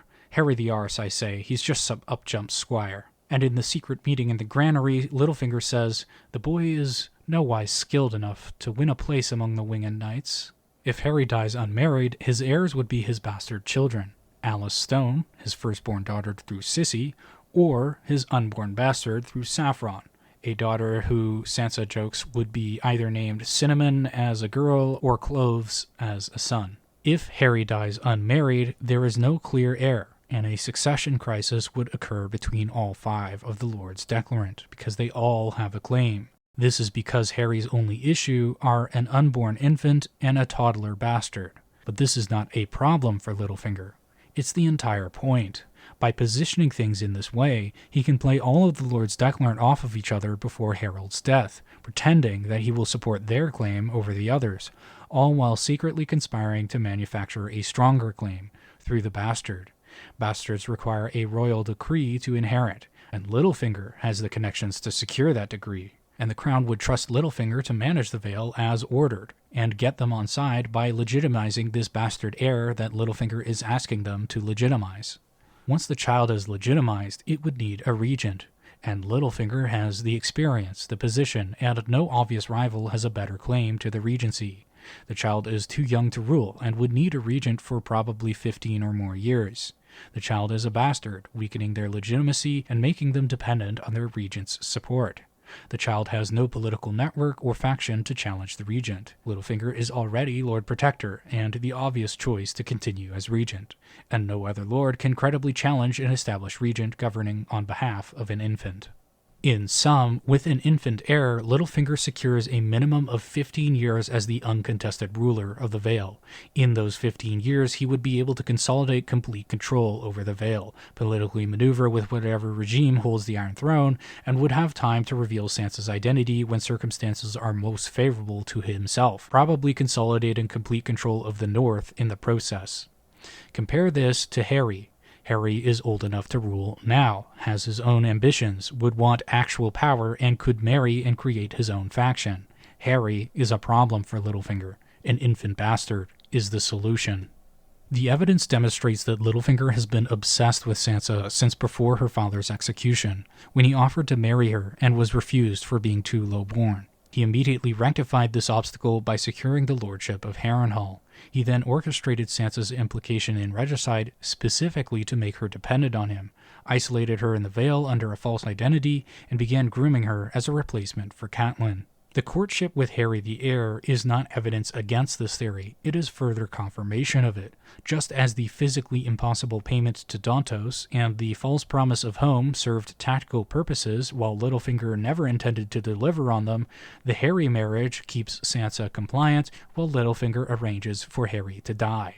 The result will be an infant bastard heir, requiring a regent for 15 or more years, giving Littlefinger basically permanent control over the Vale, and time to reveal Sansa's identity and marry her when circumstances are best suited. Littlefinger's stated philosophy reveals his true intentions. Innocence and experience make for a perfect marriage. He has spent years positioning himself as Sansa's mentor, protector, and father figure, crafting the perfect marriage of his innocent pupil with her experienced teacher. For Littlefinger, the Purple Wedding was never about Joffrey's death. It was always about Sansa. While Littlefinger's personal obsession with Sansa explains his motivation, the mechanics of the plot reveal a larger conspiracy. The rescue of Sansa Stark and the assassination of King Joffrey were two halves of a single coordinated operation involving both Littlefinger and Varys, using Sir Dontos Hollard and Lady Olenna Tyrell as their instruments. One piece of evidence of Varys' involvement is Sir Dontos' knowledge of the Red Keep's secret passages. After Joffrey's death, Dontos leads Sansa through hidden tunnels without error to a boat waiting on the Blackwater. These passages are Varys' domain.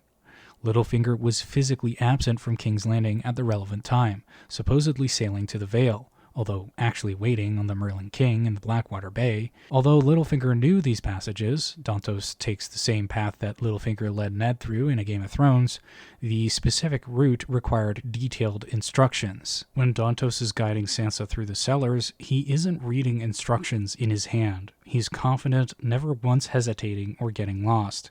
The escape has been rehearsed.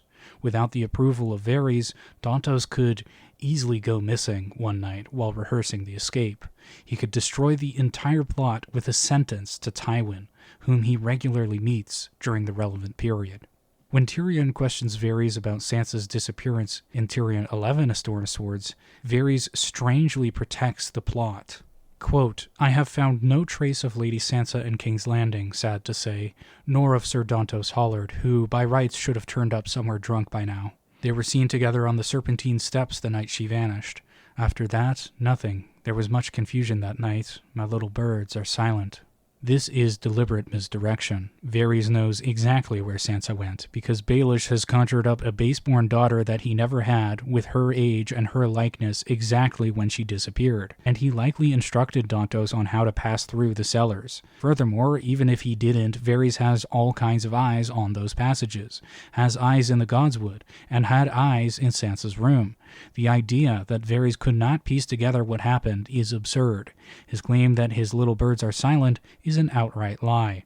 The Master of Whispers is protecting the conspiracy. Littlefinger claims that he chose the Godswood for his meetings with Dontos because it was the only place safe from Varys' surveillance. But as stated before, this explanation is demonstrably false. Varys proves that he does have eyes and ears in the Godswood when he reveals in Eddard 15 of Game of Thrones that he overheard the conversation between Ned and Cersei that happened in the Godswood in Eddard 12 of Game of Thrones. If Varys could hear Ned and Cersei's secret conversation in the Godswood, he certainly heard Littlefinger and Dontos planning the assassination and escape, and would have overheard Dontos speaking with Sansa as well, and did nothing to stop either of these. He didn't warn Joffrey, didn't alert Cersei or Tywin, didn't have Dontos arrested. Instead, he let the plot proceed exactly as planned. The only logical explanation is that Varys wanted the conspiracy to succeed. I argue one step further. Not only did Varys want the conspiracy to succeed, but he was actively part of it. The involvement of Lady Olenna Tyrell provides another crucial link between Varys and the plot. Dontos Hollard was a fool, far too low in station to approach Olenna with a plot to kill Joffrey. Littlefinger could have approached Olenna with the plot, since he was physically present and now Lord of Harrenhal, but there is no textual evidence that he did, which is an interesting choice. Instead, Varys was the one to approach her. If the assassination was Littlefinger's plot, but we know that Olenna carried it out, and Varys was the one who brought Olenna in on the plot, then that proves that Varys and Littlefinger were working together on the plot. The text establishes that Varys was in communication with Olenna from her first moments in King's Landing. In Sansa 1 of Storm of Swords, Olenna mentions that Varys told her of Sansa's fondness for lemon cakes. Sansa, you must be very hungry. Shall we have a bite of boar together and some lemon cakes? Lemon cakes are my favorite. So we have been told. That Varys creature seemed to think we should be grateful for the information. This seemingly innocuous detail reveals that Varys had been discussing Sansa with Olenna in private conversations. Are you actually trying to pin this murder on me with that? Yes. Varys does not idly share information. Why would the Master of Whisperers be sharing such personal details about Sansa Stark with the Queen of Thorns unless they were coordinated something involving her? More importantly, where did Varys obtain this information? Who was the source? Examining the text closely reveals only a few mentions of Sansa's love for lemon cakes prior to this meeting. In Sansa 1 of Game of Thrones, Sansa tells Arya about attending Queen Cersei's tea. However, this was a private conversation between the sisters by the bank of the Trident, away from the inn and the king's camp. Nobody overheard this exchange. The next instance comes during the Hand's Tourney in Sansa 2 of Game of Thrones, where lemon cakes are served publicly at the feast. But this only establishes that Sansa ate them, not that they were her favorite. A critical mention comes in Sansa 3 of Game of Thrones, when Sansa and Jeyne Poole share a cold supper by the lamplight in the Red Keep. In the middle of telling Jeyne about the affairs of the court and the sharer incident, Jeyne interrupts Sansa's story to ask about lemon cakes. Jeyne yawned. Are there any lemon cakes? Sansa did not like being interrupted, but she had to admit lemon cakes sounded more interesting than most of what had gone on in the throne room. Let's see. The kitchen yielded no lemon cakes, but they did find half a cold strawberry pie, and that was almost as good. They ate it on the tower steps, giggling, gossiping, and sharing secrets, and Sansa went to bed that night feeling almost as wicked as Arya. This conversation occurs inside the Red Keep, where Varys' little birds document everything. But the specific detail that lemon cakes are Sansa's favorite, not just something that she enjoys, but her favorite, suggests a source with intimate knowledge of Sansa's preferences. That source is Jeyne Poole. In The Winds of Winter Theon 1, when the false Arya is being tested on her knowledge of Winterfell, she reveals telling details about Sansa's fondness for lemon cakes. Arya of Winterfell, I. When I was last inside those walls, your cook served us a steak and kidney pie, made with ale, I think, best I ever tasted. What was his name, that cook? Gage, Jeyne said at once. He was a good cook. He would make lemon cakes for Sansa whenever we had lemons. Crowfoot had fingered his beard. Dead now, I suppose. That smith of yours as well. A man who knew his steel. What was his name?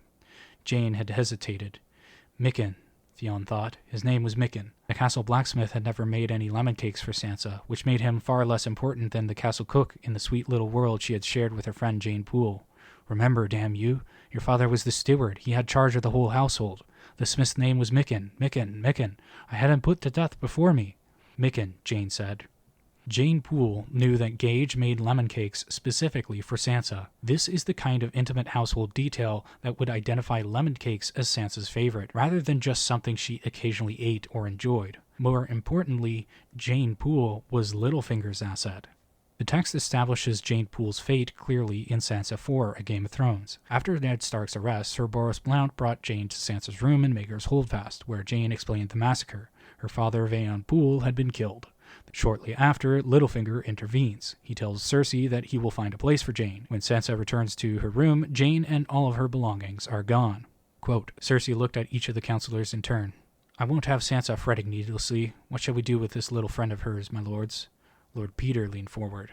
I'll find a place for her. Not in the city, said the Queen. Do you take me for a fool? The Queen ignored that. Sir Boros, escort this girl to Lord Peter's apartments and instruct his people to keep her there until he comes for her. Tell her that Littlefinger will be taking her to see her father. That ought to calm her down. I want her gone before Sansa returns to her chamber. Jeyne reappears in Jaime 9, A Storm of Swords, as the false Arya Stark being sent to marry Ramsay Bolton. In Cersei 4, A Feast for Crows, Cersei explicitly confirms that this was Peter Baelish's work. Jeyne Poole was in Littlefinger's custody and under his control, and amusingly, it seems that she was kept in a city after all, since he's able to conjure her up so quickly. With these details in hand, the chain of intelligence becomes clear. Jeyne Poole knew intimate details about Sansa's love of lemon cakes. Jeyne Poole is Littlefinger's asset.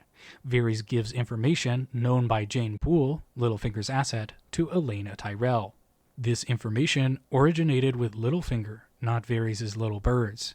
This reveals another point of active coordination between Varys and Littlefinger. Varys didn't discover Sansa's preference for lemon cakes through his own spy network. He received it from Littlefinger's asset, Jeyne Poole. Varys then used this intelligence to approach Olenna and bring her into the conspiracy. Varys presenting this information to Olenna wasn't just sharing gossip. It was a signal that he had detailed intelligence about Sansa from reliable sources. Littlefinger sources, establishing credibility for whatever plot he was proposing regarding Sansa. The throwaway line about the lemon cakes serves as proof of a chain of communication linking Varys and Littlefinger and Olenna Tyrell on the conspiracy to kill Joffrey Baratheon. But the conspiracy runs even deeper. In Tyrion 1, A Dance with Dragons, Tyrion discovers a cask of strong wine in Illyrio Mopatis's cellar, marked as the private stock of Lord Runsford Redwyne. This strongly suggests a past or ongoing relationship between the Redwyne patriarch and Illyrio Mopatis, and therefore Varys' network. We must be reminded that Olenna Tyrell was born Olenna Redwyne, daughter of Lord Runsford Redwyne. The cask in Illyrio's manse belongs to Olenna Tyrell's father, and the grandfather of the current Lord of the Arbor, Lord Paxter Redwyne. This establishes a link between Olenna and Illyrio, Varys' lifelong friend and co-conspirator. Olenna's family had past dealings with Varys' circle, making her a natural ally for this conspiracy, and would explain why Varys was chosen as the person to approach Olenna rather than Littlefinger, despite Littlefinger having the opportunity to approach Olenna because he was still present in King's Landing at that time. This conversation adds new context. Olenna has a direct familial link to Illyrio's circle, and therefore to Varys.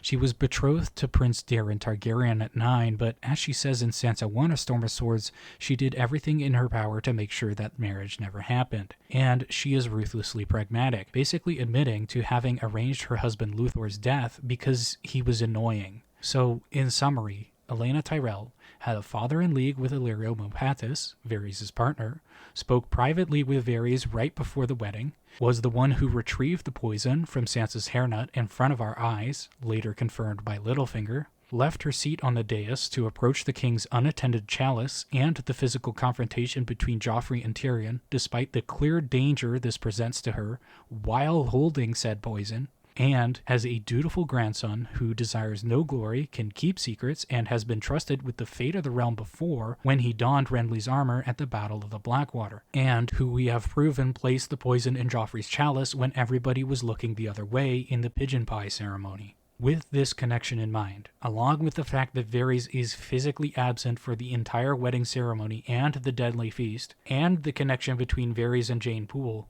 the argument that Varys had nothing to do with the death of Joffrey and the implication of Tyrion in the assassination becomes untenable. Varys knew about the jousting dwarfs.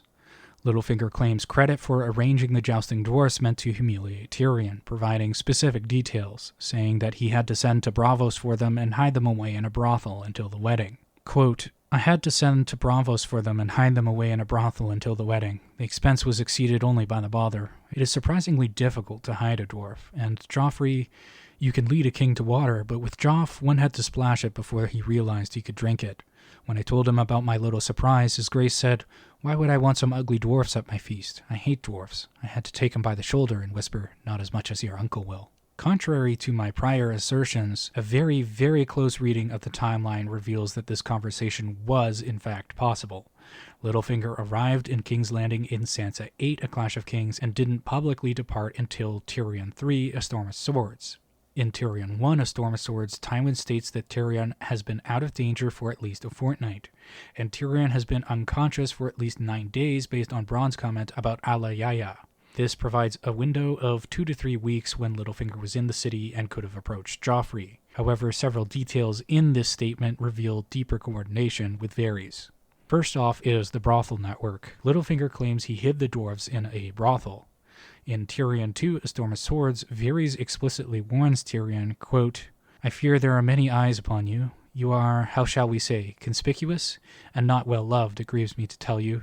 Janos Slit's sons would gladly inform on you to avenge their father, and our sweet Lord Peter has friends in half the brothels of King's Landing. Should you be so unwise as to visit any of them, he will know at once, and your Lord Father soon thereafter. Varys knows about Littlefinger's brothel network. He's warning Tyrion that Littlefinger has informants throughout the city's brothels, the network Littlefinger says he used to hide the dwarves. If Varys is aware of this network and monitoring it, as his warning to Tyrion suggests, he would have known about unusual dwarf performers being hidden in one of these establishments. This is further supported by Littlefinger's assertion in Tyrion 3, A Clash of Kings, that he owns several brothels. Second is the wedding planning.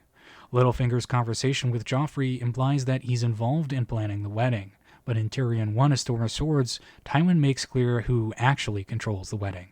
Quote, Cersei has a royal wedding to plan. I am waging a war, and you have been out of danger for at least a fortnight. Cersei is planning the wedding, not Joffrey.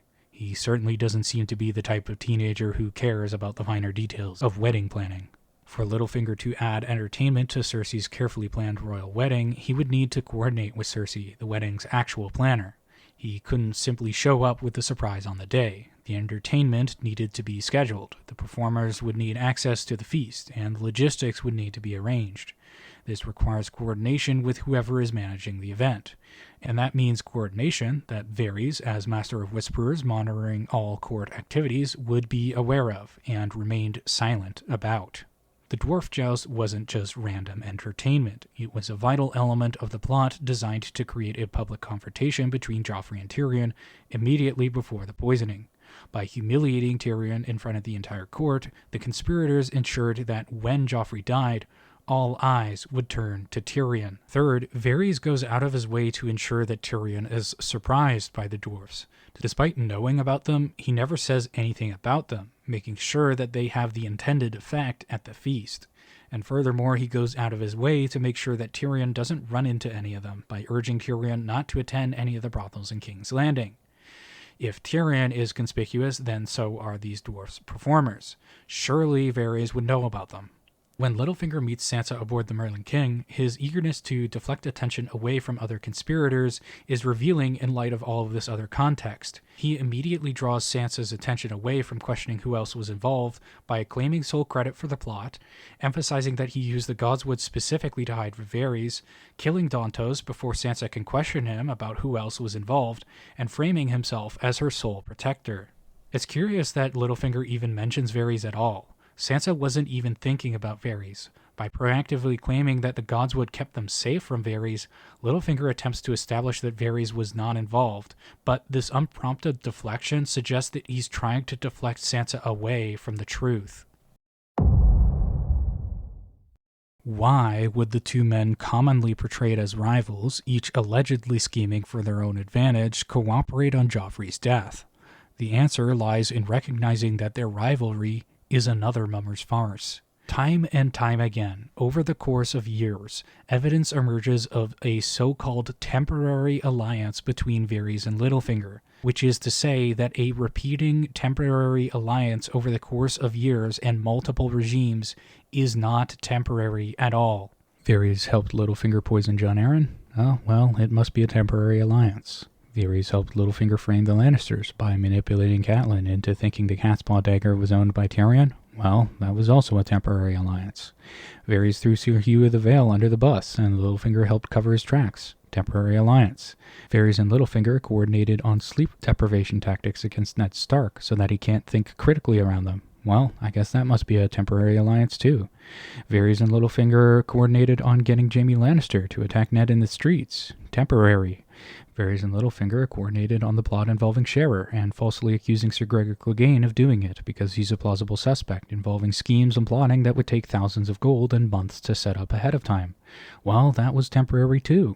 Varys and Littlefinger conspired to betray Ned and foil his coup against Joffrey? Well, temporary.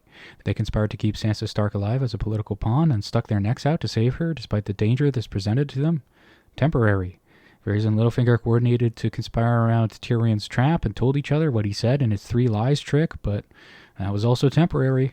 And now we have evidence that they conspired to kill Joffrey as well and spirit Sansa away from King's Landing, yet another plot that took literal months to set up, thousands of gold, and probably a lot of back and forth and haggling, but yeah, that was temporary too. Given the mountain of evidence that has been compiled of continuous cooperation on multiple schemes over the course of multiple books and multiple years within the canon, what evidence would prove that they're working together? If they outright admitted that they were working together, it seems like people would doubt that as well, because they could be lying about it or only temporarily working together. I suppose they could French kiss each other on the page, but that could be a temporary alliance too. Maybe they're just doing that for show. The answer is straightforward. Varys and Littlefinger are co-conspirators on some sort of long-term scheme. The motivations for this are also clear. For Varys, Joffrey's death serves his goal of destabilizing the current regime. The Boy King is cruel, unpredictable, and increasingly difficult to control, qualities that make him dangerous to everyone. Varys replaces Joffrey with the far more malleable Tommen, a child who can be more easily controlled or displaced when the time comes. He fractures the Lannister power structure by turning the family against itself, with Cersei convinced of Tyrion's guilt and Tyrion forced to flee into exile. And he creates chaos and instability that makes the current regime appear weak and illegitimate. Varys cannot easily accomplish this alone. He cannot physically place the poison without drawing suspicion. The Master of Whisperers moving about the wedding feast would be noticed, and his presence near the King's Cup at the crucial moment would be remembered. He needs someone with legitimate access to the High Table, someone the Tyrells would trust, and someone capable of coordinating the complex logistics of both the assassination and the escape. He needs Olenna Tyrell and Littlefinger. For Littlefinger, the cooperation makes equal sense, though his motivations are more personal. His obsession with Sansa Stark has already been established. He offered to marry her before her father's execution, secured the lordship necessary to make that marriage viable, and has been positioning himself as her protector ever since. But simply extracting Sansa from King's Landing would not serve his purposes. If she merely disappeared one night, she might have fled to her brother Robb, or been claimed by one of her father's bannermen. For Littlefinger to truly possess Sansa, to make her completely dependent on him, he needs to destroy her other options, which he can accomplish by implicating her in the regicide. She cannot return to what remains of her family without bringing accusations of kingslaying with her. She cannot seek protection from other lords without risking arrest and execution. She can't use her name or claim her identity without danger. She has no wealth, no jewels to sell, no fine clothing that might be pawned off. She possesses nothing except what Littlefinger provides, knows nothing except what Littlefinger tells her, and could go nowhere except where Littlefinger takes her. The regicide accusation doesn't just remove her from King's Landing, it removes her from the board entirely, leaving her isolated and dependent in the way that Littlefinger requires for his grooming to succeed. But Littlefinger, like Varys, can't execute this plan alone. He lacks reliable access to the secret passages that allow Sansa to escape. Those tunnels are Varys' domain, and Dontos is not reading instructions in his hand while guiding Sansa through the cellars. He's confident, not once getting lost. The escape has been clearly rehearsed, which can't have been done without the approval of Varys, because he could destroy the entire plot. He also lacks the connections to approach the Tyrells with such a dangerous proposition. Olenna would never trust an outsider like Littlefinger with something this risky, but she has existing ties to Varys through her father's relationship with Illyrio Mopatis.